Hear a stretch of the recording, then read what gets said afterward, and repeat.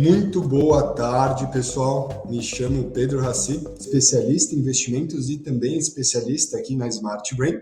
Hoje, finalzinho de tarde, acho que é um dia bastante intenso, principalmente quando a gente vê o mercado aí de ações, né? Quando a gente olha principalmente aí as ações atreladas ao varejo, teve uma volatilidade aí bastante significativa.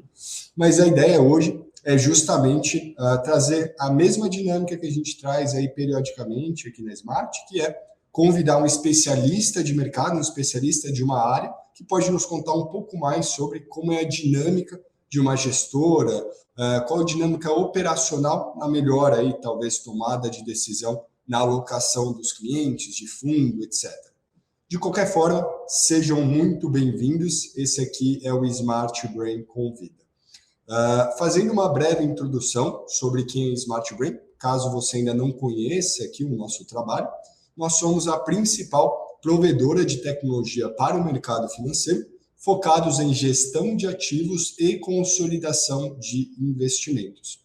Hoje, a gente atende desde um consultor que está iniciando suas operações agora, até os maiores family offices, maiores gestoras, maiores instituições financeiras do nosso mercado de capitais.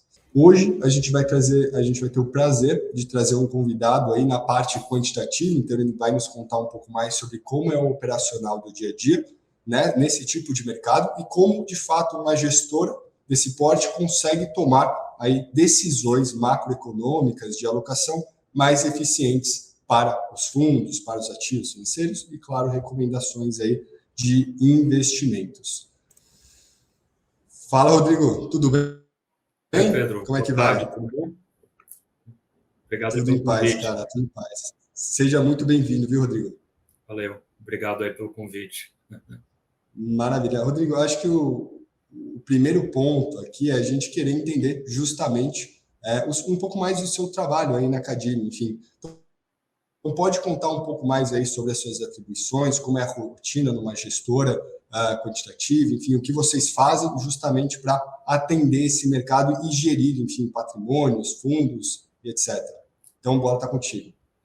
Bom, obrigado aí a todos que estão assistindo, obrigado a Smart Brain pelo convite. Bom, só me apresentando aí novamente, me chamo Rodrigo Maranhão, sou diretor de gestão da Cadima Asset. A Cadima é uma gestora 100% focada em estratégias quantitativas, aí, como o Pedro já adiantou. Nós somos a gestora mais longeva no Brasil nesse tipo de atuação, né? E a gente tem nossos primeiros fundos iniciaram lá em 2007, sendo que alguns dos meus sócios já vinham aplicando esse tipo de abordagem aqui no mercado brasileiro já desde 2002, então já 21 anos agora já completados aí desse tipo de atuação, né?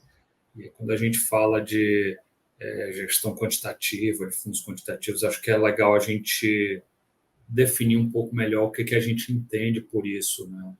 Assim, hoje em dia é super comum, a pessoa faz ali coisa qualquer e fala que está fazendo modelo quant e tal, mas assim, acho que o quant, na verdade, ele se baseia basicamente em três pilares ali. Tá? O primeiro desses pilares, ele diz respeito a, a você sistematizar a tomada de decisão. O que eu quero dizer com isso? Basicamente, as suas decisões, seja de investimento, seja o que quer que seja, ou você vai tomar elas de uma forma discricionária, ou seja, dependendo ali das suas interpretações, de uma forma ali que não segue uma regra clara, ou então você vai ter uma regra bem definida para tomar as decisões, que é o chamado algoritmo. Tá? Então, quando você cria regras para tomar as decisões, você está sistematizando essa tomada de decisão. Então, o primeiro aspecto da gestão quantitativa é a gente sistematiza a tomada de decisões, ou seja, um fundo gerido por nós, ele não vai comprar ou vai vender uma ação simplesmente porque eu acho que aquela ação vai subir ou vai cair, não. Se comprar ou vender uma ação é porque tinha alguma regra que mandou aquilo ser feito. Tá? Mas aí você pode perguntar assim, poxa, essas regras elas vão vir da onde, né? Por que assim, o pessoal pode pode estar tomando banho, ter uma ideia ali, criar uma regra ali qualquer, ali, mas isso não significa que vai ganhar dinheiro, né? E aí vem o segundo ponto, que eu acho que é super importante da gestão quantitativa, que é você empregar a metodologia científica no seu processo de investimento. O que quer dizer isso? O cientista ele trabalha basicamente, ele observa a natureza, um fenômeno qualquer ali na natureza, e ele vai tentar criar um modelo que explique aquele fenômeno que ele observou. O Newton, quando viu a maçã caindo, o que ele fez? Ele criou ali um modelo para tentar explicar aquilo, que é a teoria da gravidade, né? Só que o cientista, quando ele tem uma ideia de algum modelo, de alguma explicação para aquele fenômeno, ele não vai simplesmente aceitar isso. Ele precisa ir para um laboratório e fazer um experimento. Ele precisa projetar um experimento onde ele consiga testar se aquela teoria dele está correta ou não. Tá? E aí existe até algumas questões um pouco filosóficas, porque, na realidade, é um pouco complicado você ter certeza de que um modelo está certo. Na melhor das hipóteses, o que você pode fazer é ficar tentando falsear aquele seu modelo. Você fica criando formas de tentar provar que ele está errado. Então, e aí, se ele resiste a esses testes, se o modelo resiste a esses testes, então você passa a utilizar ele, né? E as regras que eu mencionei na sistematização da gestão quantitativa, elas vêm justamente de a gente tentar empregar essa metodologia científica aqui para os investimentos. A gente, seja da leitura de artigos acadêmicos, seja das observações de mercado, leituras de livros, existe uma série de fontes de possíveis ideias sobre como ganhar dinheiro no mercado. Só que aí entra uma diferença muito grande do que a gente faz para o que outros investidores fazem, né? Que é o quê? A gente tenta fazer experimentos que permitam a gente saber se aquela ideia de fato ela funciona ou não. Tá? Esses experimentos eles nada mais são do que os backtests. Backtests, você basicamente vai pegar uma base histórica e vai programar aquela sua ideia para entender se aquela sua ideia ela tem alguma aderência com a realidade ou não, né? Para você entender se aquilo ali funciona ou não. Então, na minha visão, esse é o ponto principal da gestão quantitativa, tá? É você empregar metodologia científica. Claro que, assim, você para pensar, eu falei já de 2 pontos aí, tá? Eu falei da sistematização, falei do emprego da metodologia científica. A sistematização por si só, ela não quer dizer que seja quant. É só pensar que, tem um monte de gente aí que olha gráfico tá, e fica criando umas regras da cabeça assim, mas, na verdade, aquilo, o cara não teve evidência nenhuma de que testou. Não é porque ele está usando ali, ele criou regras ali que só por isso ele vai ser um quant. Os próprios ETFs talvez sejam um exemplo disso, né? Todos os ETFs têm regras muito bem definidas de como que a carteira do ETF deve ser construída, etc. Mas nem por isso é um quant. Tá? E aí vem o terceiro aspecto aí da gestão quantitativa, que é a automatização. Basicamente, quando você criou essas regras, você criou esses algoritmos, se torna algo muito natural você conseguir automatizar isso. Então, por exemplo, ao invés da gente ter traders ali que vão ficar operando no mercado, a gente programa robôs ali que vão ser os responsáveis por executar aquelas ordens no mercado e seguir aquelas regras que a gente tinha criado previamente, né? Então, quando eu falo de fundo quantitativo, são esses 3 pilares. Você sistematizar a tomada de decisão, você automatizar ela e você empregar metodologia científica ali no seu processo de pesquisa de criação, né, dos modelos. Então, assim, a nossa gestão, todos os fundos geridos pela Academia, eles se baseiam nesses 3 pilares, tá? A gente é bastante ortodoxo nesse sentido a gente só faz gestão quantitativa, tá? Então, por mais que eu seja o gestor lá dos fundos, minha opinião, no final das contas, não influencia ali no que cada fundo está fazendo, e enfim. E aí o meu trabalho como gestor na Academia é um trabalho muito mais de pesquisa.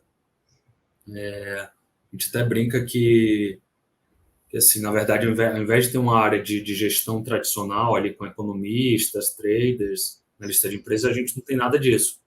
Nossa área de gestão, na verdade, é uma área de pesquisadores, né? Então vai ter ali matemáticos, engenheiros, programadores, sempre com esse viés ali de ficar tentando buscar novos modelos, tentar aprimorar os modelos existentes, verificando se os modelos que estão em funcionamento, se eles continuam funcionando, continuam de acordo ali com o que era previsto, enfim, é um pouco isso daí. E aí, falando também um pouco mais da Cadima, a gente lá atrás, em 2007, quando iniciou, a gente originalmente só tinha um fundo multimercado, só que hoje em dia a gente tem 13 fundos diferentes. Então, a gente tem fundos multimercados, tem fundos de previdência, fundos de ações, fundos de renda fixa, todos eles usando essa metodologia científica, né, de metodologia quantitativa para o processo de investimentos, né? Então, é um pouco isso aí o que a gente faz. Show de bola, Rodrigo. E acho que você comentou 2 pontos aí super interessantes e pertinentes, que é a parte do backtest e robôs advisors, enfim, robôs que ele tomam uma decisão que talvez que seja talvez uma oportunidade que um trader ali, enfim, não consiga pegar a tempo, porque ele demanda ali uma análise, enfim, tem todo o time humano ali. Então, basicamente, um backtest ele vai te dar uma curva passada, com o histórico passado, né? Tentando ali encontrar uma tendência, mas, assim, como os investidores aqui de plantão já entendem, rentabilidade passada não é garantia de rentabilidade futura, né? Então, assim, acho legal, Rodrigo, você comentar um pouco dos principais desafios que por exemplo, uma casa quant tem no dia a dia utilizando essa automatização de trading, né? Enfim, de compra e venda por uma programação, ou seja, um setup ali já definido previamente, procurando oportunidades, que a gente, às vezes, quando faz uma simulação, a gente talvez não leve em consideração a liquidez do mercado, o timing talvez é imediato ali no backtest, mas quando a gente vem para o mercado atual, né, enfim, para a realidade, acaba tendo um delay um pouco maior, né? Então, assim, quais são as dificuldades de você fazer essa troca entre um trader que tem as suas tomadas de decisões humanas versus um algoritmo que vai operar em função de uma determinada entrada, de uma determinada saída, enfim, e, consequentemente, caso essa parametrização em algum momento dê errado, ou tenha algum nível de conflito ali, quais são, de fato, os riscos que embarcam esse tipo de automatização e esse tipo de operação? Bom, vamos lá, Pedro. Acho que essa sua pergunta, na verdade, foram várias perguntas juntas aí, né? Mas só um parênteses antes de começar a respondê-las. Na verdade, robô-advisor é outra coisa, tá? Robô-advisor seria aí um concorrente aos consultores e aos agentes autônomos, distribuidores, etc. Não é isso que a gente faz, tá? Não tô até reforçando isso, até porque parte aí do público aí de clientes de vocês são essas pessoas, né? E não tem nada a ver com robô-advisor que a gente faz. A automatização que eu estou executando, que eu estou fazendo ali, na verdade, são robôs ali que substituem o trader e não a figura do consultor, do alocador, tá? Não é essa a proposta aqui. Mas vamos lá. Sobre essa crítica assim, de que o backtest ele se baseia no passado e rentabilidade passada não é garantia de rentabilidade futura, beleza, concordo plenamente. Agora, não existe dado futuro também, né? Você não tem. Pessoa discricionária também não tem. Ninguém tem bola de cristal para saber o que vai acontecer na frente. Então, na verdade, essa crítica também é válida quando uma pessoa está tomando a decisão. A pessoa, o gestor discricionário e o trader discricionário, ele também está tomando a decisão dele com base em informações passadas.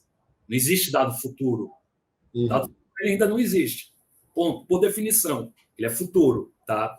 E aí, assim, na verdade, não acho que seja melhor ou pior do que a abordagem discricionária tradicional, tá certo? A abordagem quantitativa, mas é uma forma que é diferente e que também é válida. E aí, nesse sentido, eu acho que o backtest, na verdade, ele é muito valioso. Por quê? Porque você consegue, de fato, testar se aquela sua estratégia, em quais cenários que ela funciona, o que vão ser as condições de mercado nas quais ela vai ser mais aderente ou menos aderente, tá? Você consegue entender tudo isso. E aí, inclusive, respondendo também a uma outra pergunta sua, você consegue, inclusive, estimar o que pode acontecer quando der errado.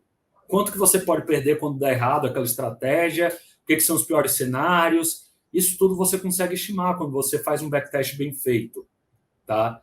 Então, isso até, na verdade, eu diria que assim, existem desvantagens da gestão quantitativa, mas isso é uma vantagem na realidade, porque ela te permite você estimar um monte de coisa que você faz de forma discricionária e você não sabe como estimar, você não tem como estimar. Tá? Então, essa, na realidade, é uma vantagem. Tá?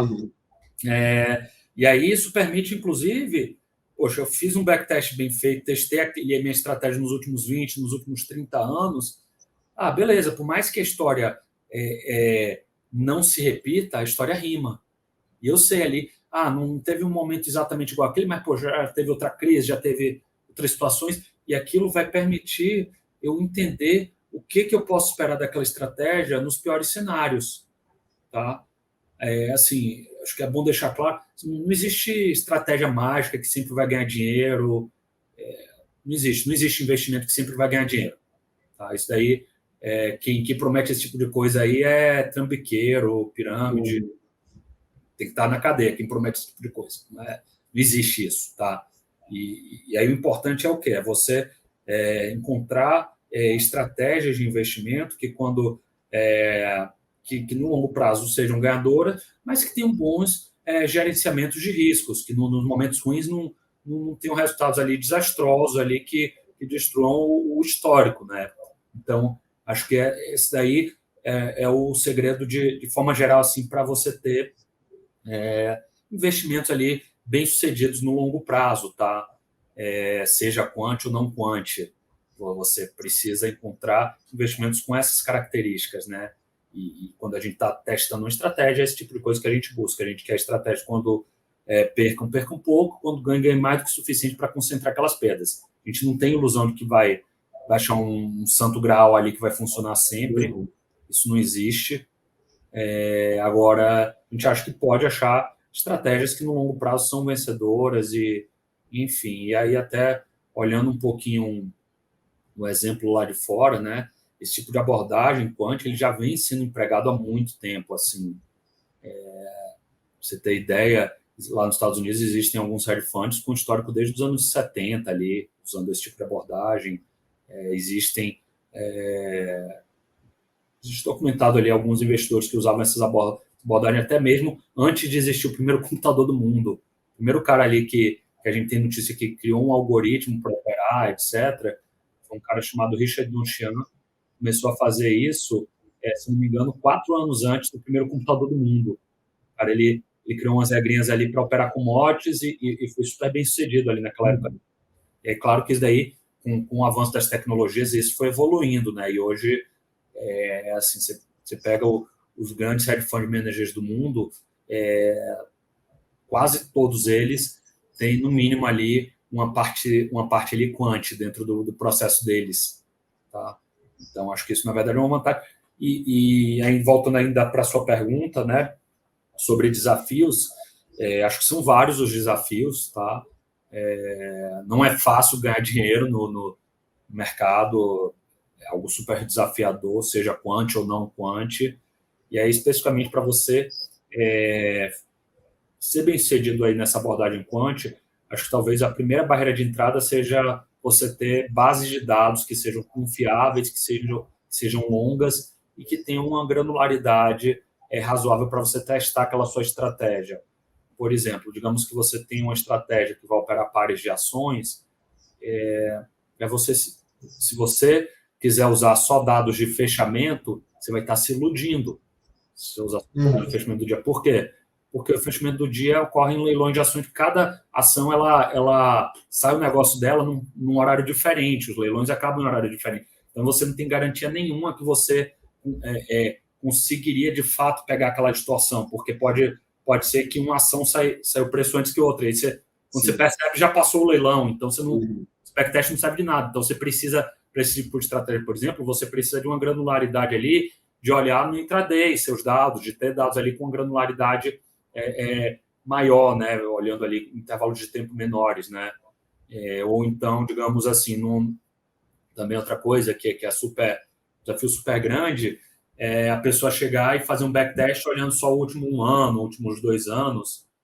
Cara, assim, esquece. Se você fizer isso, se olhar um backtest olhando 1 ano, 2 anos, você vai estar apostando que esse cenário do último 1, 2 anos vai se repetir. E aí, na verdade, virou uma aposta de cenário. E não. Curto prazo, Então, né? você não vai estar testando se aquela estratégia ela de fato funciona ou não. Se você faz isso. Uhum. São situações muito específicas. Agora, por exemplo, se você chega e olha os últimos 20 anos, aí você vai estar contemplando ali eventos como ataque das Torres Gêmeas, vai estar contemplando crise de 2008, vai estar contemplando período de mais otimismo, de menos otimismo, mais vol, menos vol, mais intervenção, menos intervenção. Então, é um desafio você ter esses dados e conseguir testar, usar eles corretamente para testar a sua estratégia, enfim. Isso é um desafio grande e que não tem uma solução pronta, tá, Pedro? Esses dados você não se encontra por aí, eles disponíveis, enfim, isso é uma coisa que se constrói com muito suor aí ao longo de um longo tempo, tá? Essas bases de dados confiáveis. Eu tenho certeza que sim, né, Rodrigo? Eu acho que assim, essa forma mais automatizada, enfim, setando uma estratégia que muito bem colocado por você, não é de curtíssimo prazo, não é de 6 meses, 1 ano, mas realmente tem histórico que a gente consegue mensurar impactos que de fato não são previstos, eventos históricos que acabam impactando bastante a curva de evolução financeira enfim, de qualquer ativo. Mas setando bem essas estratégias, a gente consegue através, na verdade vocês, né, conseguem através de uma análise quantitativa e de uma automatização, tirar talvez o fator humano, que às vezes, querendo ou não, tem um emocional forte que, em um momento de perda, tende a não se manter na estratégia ou por qualquer outro motivo. Então, é uma forma bastante eficiente, na minha percepção, de operar, tá? E é legal você ter comentado também essa questão de preço de fechamento, de leilão. Enfim, eu queria até pontuar um caso que a gente viu hoje no setor de varejo, que foi totalmente impactado, foi o caso das lojas americanas, com aquele, enfim, rombo de 20 bilhões de reais, o presidente pedindo demissão em alguns dias, se não me engano, foram 2 semanas desde que ele entrou, enfim. O leilão hoje ficou até as 2 da tarde, enfim, a bolsa foi interrompida apreciativa, foi suspenso, enfim. E quando abriu aí com queda de 76% a 80%, se eu não me engano, saiu de 14 para R$ 2,93. Assim, num cenário desse, eu acho que, como bem você colocou, backtest de vários anos tende a mostrar como é um resultado de longo prazo de uma estratégia. Como uma casa quant, ela trata esse tipo de informação e que tipo de análise, quais tipos de impactos vocês analisam para verificar se aquela estratégia ainda está enquadrada ou não perante a alocação de ativos? Vamos lá. Só um parênteses antes de responder. Só para deixar claro, a gente lá na Cadima não tinha posição, tá? Em lojas americanas, estava zerado, nem long nem short. Então, ficou zero para a gente isso daí de hoje, tá? Mas, de qualquer forma, assim, é muito importante quando você faz um backtest, você ter muito claro quais foram as premissas que foram utilizadas ali naquele backtest. Tá? Seja uma premissa de execução, uma premissa de custos.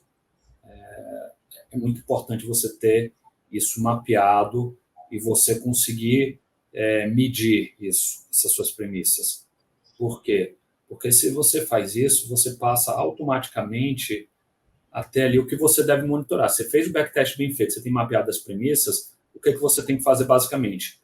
É ver se aquelas premissas continuam sendo obedecidas no mercado. Por exemplo, digamos que você esteja, no seu backtest, você tenha suposto ali que você teria um certo impacto no mercado, tá? Só para o pessoal entender, quando você executa uma ordem no mercado, eventualmente o preço ele vai fugindo, né? Quanto maior você opera, mas o preço foge. Então, uma coisa é você tentar operar R$ 100, outra coisa é você tentar operar 100 milhões de reais numa ação. Se você for operar 100 milhões de reais numa ação, o preço vai fugir completamente, você vai executar muito pior do que você gostaria de ter executado. E você contemplar isso no backtest é super importante, porque a partir do momento que você começa a operar de fato aquela estratégia, o que você tem que fazer? Você tem que verificar se essa sua premissa, por exemplo, se ela de fato está sendo verificada ali na prática. Então, você tem que criar métricas ali que você consiga medir e avaliar se as suas premissas elas seguem válidas e se o seu backtest estava correto. Outra coisa também que você pode fazer é avaliar se os resultados estão dentro ali de intervalos de confiança que você tinha estimado. Então, quando você faz um backtest, por exemplo, você consegue estimar ali o que é o drawdown esperado para cada estratégia, o que é a perda que você pode ter nos momentos ali naquela estratégia. E você consegue monitorar isso. Então, isso, ao nosso ver, esse tipo de monitoramento que é super importante. Você vê se os resultados estão dentro daquilo que era esperado e se as premissas que você utilizou elas estão dentro do esperado. Fora isso, a nosso ver, você tem que contemplar qualquer tipo de intervenção, qualquer tipo de coisa. Você não pode fazer simplesmente porque deu na cabeça. Não, você tem que ter testado aquele tipo de atuação e incorporar aquilo no seu algoritmo. Então, basicamente seria isso, Pedro. Não sei se consegui responder a sua pergunta aí. Você ficou muito, talvez, ficou pouco prático, talvez, a minha resposta. Ficou excelente, Rodrigo. Inclusive, até puxando o assunto aqui, eu sou fã da parte quantitativa também, tá? Eu tenho uma parcela significativa na minha carteira. E eu acho que, assim, grande parte dos investidores também deveriam ter pelo menos uma fração da carteira do portfólio em ativos quantitativos, principalmente pela talvez descorrelação com outros tipos de investimentos, né? Então, eu queria que você discorresse um pouco, Rodrigo. Acho que quais são talvez os principais benefícios, talvez para a diversificação, para uma alocação mais eficiente, tendo ativos que assim, são encontrados desta forma, que são ativos muitas vezes puramente técnicos, né? Enfim, a fim de, em um momento talvez de oscilação de mercado, você ter talvez um drawdown, que nem você comentou da carteira, um pouco mais controlado, e um momento de talvez de tendência ter uma máxima rentabilidade aí esperada. Assim, quais são os benefícios que uma gestão qualitativa em uma carteira de investimento traz a médio e longo prazo? Sem dúvida essa questão da diversificação é algo interessante, mas aí acho que vale abrir um parênteses o seguinte, isso é especialmente interessante quando a gente pensa ali em alguns tipos de estratégia, principalmente de multimercados, tá? Porque dependendo do tipo de modelo que você tem ali no fundo quantitativo, os seus drivers podem ser completamente diferentes de outros ativos mais tradicionais, de outros fundos mais tradicionais ali, né? Por exemplo, olhando lá para a Cadima, a gente tem um fundo lá que é o Cadima High Vol, que ele tem uma correlação muito baixa com a indústria, tá? A gente já algumas vezes fez esse tipo de estudo e se calcular a correlação dele no longo prazo ali com praticamente qualquer fundo no Brasil é muito próximo de zero. Legal. Tá? Então, isso de fato, você bota isso numa carteira ali de multimercados, isso agrega bastante ali e, assim, agrega no sentido de que você, quase que sempre ali, você vai conseguir no longo prazo reduzir o risco da sua carteira, buscando retornos bastante interessantes. Então, sua relação de risco-retorno melhora, né, quando você faz esse tipo de coisa, de análise. Por outro lado, essa questão ela não é tão trivial quando você olha para outros tipos de fundos quantitativos. Por exemplo, mencionei aqui, a gente tem, por exemplo, o Cadima Equities, que é o nosso fundo de ações long only. Tá? É um fundo que sempre vai estar 100% comprado em ações brasileiras, sem se alavancar, sem fazer short, sem nada disso. Então, dado o mandato desse fundo, ele tem um componente de beta muito grande. Apesar de ser quantitativo, ser 100% quantitativo, ele tem uma componente ali de beta, de exposição ao risco do mercado muito grande, né? Então, você calcula a correlação do Cadima Equities com outros fundos de ações, ela vai ser alta, não tem como, assim. E, na verdade, qualquer fundo long only que se propõe ali, que esteja exposto a ativos brasileiros, ele vai ter uma correlação alta um com o outro e se o cara fugiu disso, assim, matematicamente, é porque o cara não está cumprindo o mandato, tá? Não tem como, seja quantitativo ou seja discricionário, a correlação vai ser relativamente alta. Mas aí você entra alguns outros tipos de vantagens. Por exemplo, nesse caso do Cadima Equities, uma vantagem que a gente costuma citar é que ele tem uma carteira bem mais pulverizada do que as carteiras dos fundos de ações tradicionais que você tem aqui no Brasil. Por exemplo, ele não é raro ele fechar o mês ali com mais de 60 ações na carteira. Uma quantidade de ações bem maior do que a maioria dos fundos aqui no Brasil, né? E isso, na prática, significa o quê? Significa que ele vai ter uma concentração menor e ele acaba ficando menos exposto nesses riscos idiosincráticos ali das ações, né? Então, é um tipo de risco um pouco diferente, apesar de ele ter uma correlação alta com os outros fundos de ações, é um tipo de risco um pouquinho diferente. E aí, ele também consegue gerar bastante resultados interessantes com isso, né? Nos últimos anos, ele vem se destacando aí sendo um dos melhores fundos de ações long only da indústria e, enfim, tem tido resultados aí muito bons, apesar de ter essa abordagem que é bem diferente dos fundos de ações mais tradicionais, né? Então, assim, é meio que caso a caso para você ver ali. Mas, de forma geral, quando você vai estar comprando ali um fundo quantitativo, um fundo sistemático, você vai estar se expondo ali a riscos diferentes dos outros fundos, dos outros ativos que você tem na carteira, né? Então, isso pode ser uma coisa interessante e que vai estar ajudando a diversificar ali a carteira do investidor.